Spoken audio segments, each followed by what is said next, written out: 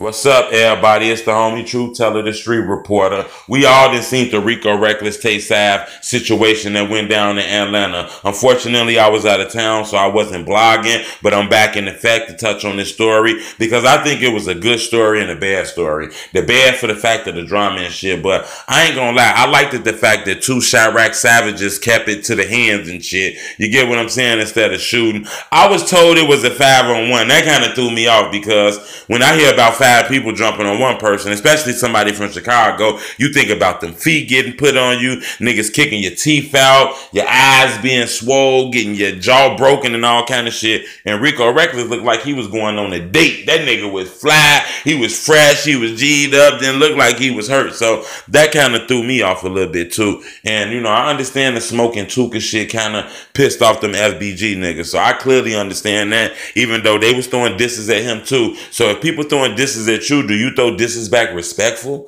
I don't know. That's why I said that kind of threw me off, but I'm not going to lie. Dissing dead people do bring a strong issue, but the issue with King Yeller threw me off a little bit too. They say Rico fucking with the ops, talking to the ops. I recall when King Yeller posted this on Facebook, posting E-Day Music saying Shorty said some real shit right here when he was starting the No More movement. I remember Billionaire Black telling Rico Recklezz when Fredo Santana commented on his post that he'll do a song with him. I seen Billionaire Black say, "Cut me in, Shorty." So I don't know if it's a op thing or people creating reasons to not like each other. I seen this same shit happen with Famous Dex. Remember when he got to blowing up, his crew started like, we don't know about that nigga. You get what I'm saying? We seen it happen with Lil Fo. He got to blowing up. Some of his crew was like, we don't know about that nigga. We seen it happen with 600 Breezy. Niggas was like, we don't know about that nigga. So it seemed like once you kind of get to blowing and shit, your team kind of feels some type of way. And not saying it's just their fault, because sometimes there's a lot of fake promises